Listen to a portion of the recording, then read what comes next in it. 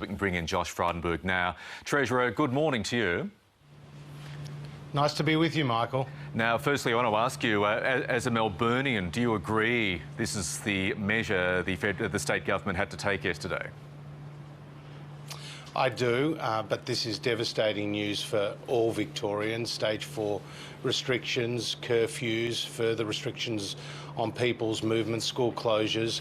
Nobody wanted it to get to this, but yesterday we saw 671 new cases. That was 98% of Australia's new cases coming from Victoria alone. Clearly these are very, very trying times, and we are at war. I mean, every Victorian is on the front line, Michael, and everyone has a role to play. We can't afford any holes in our defences, and that's why people need to follow the rules. OK, now this scheduled lockdown ends just a few weeks or less than 3 weeks before JobKeeper's $1,500 goes to a lower level. Surely, Josh Frydenberg, you'll now have to keep JobKeeper at $1,500 for Victorian businesses.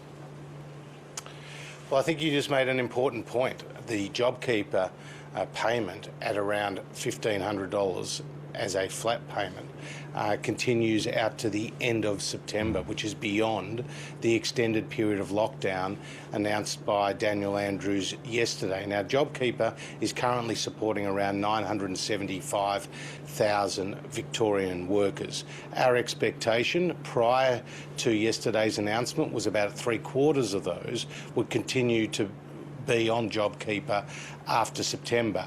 After yesterday's announcement, we think that number will even be higher, and together with the cash flow boost, it has provided some $14 billion into the Victorian economy, and JobKeeper will continue over the coming months to provide around $3 billion a month into the Victorian economy, around $100 million a day. Jobs and businesses will clearly suffer. I mean, there are no two ways around that in Victoria. Is there any way the federal government is open to keeping JobKeeper at that $1,500 level for Victorian businesses after September? Well, we've announced JobKeeper as a national scheme, and it's demand-driven, and it's worked very well.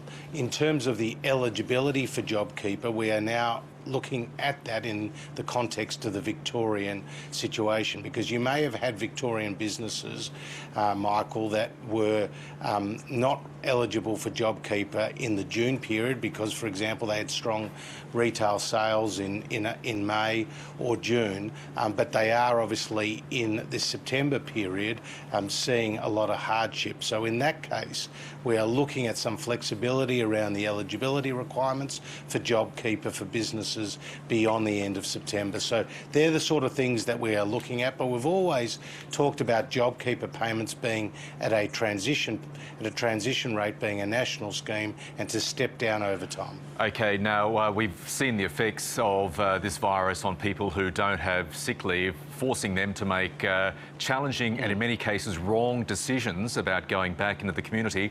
Will the federal government fund fully paid pandemic leave for Australians? Well, we're looking at this issue of pandemic leave. The Attorney General is talking to the relevant stakeholders about it, and of course we'll have discussions as well at state government level. And the Prime Minister's made those points very clear. Some major businesses, and I know Wesfarmers is one of those, who have already introduced 14 days of paid pandemic leave. And in the case of Victoria, the government has announced a $1,500 payment for those people who don't have leave available to them but are forced to isolate because they've either contracted the virus or they've been in contact with someone who has. So we'll continue to assess this situation, and the Attorney General will work it through. And just finally, very quickly, before this, the federal government had unemployment tracking to hit 9.25% by Christmas. You'll have to go back to the drawing board now, won't you? And won't, therefore, official unemployment go well into double digits? Well, the economic situation is very fluid, and the events in Victoria make that very clear. I mean, the reality is it's a country at two different stages. Outside of Victoria, businesses are opening up, people are getting back to work, and you saw that in the June jobs numbers. Michael, 210,000 new jobs, 60% of whom were women, 50% were young people. That was double what the market was expecting. But Victoria's a quarter of the national economy, and this is a real kick in the guts to Victorian businesses, which, as you say, will have an impact on employment. So we'll update those numbers come the budget on October the 6th, but clearly the situation is moving very fast. It is indeed. Appreciate you joining us this morning, Treasurer Josh Frydenberg. Nice to be with you. Not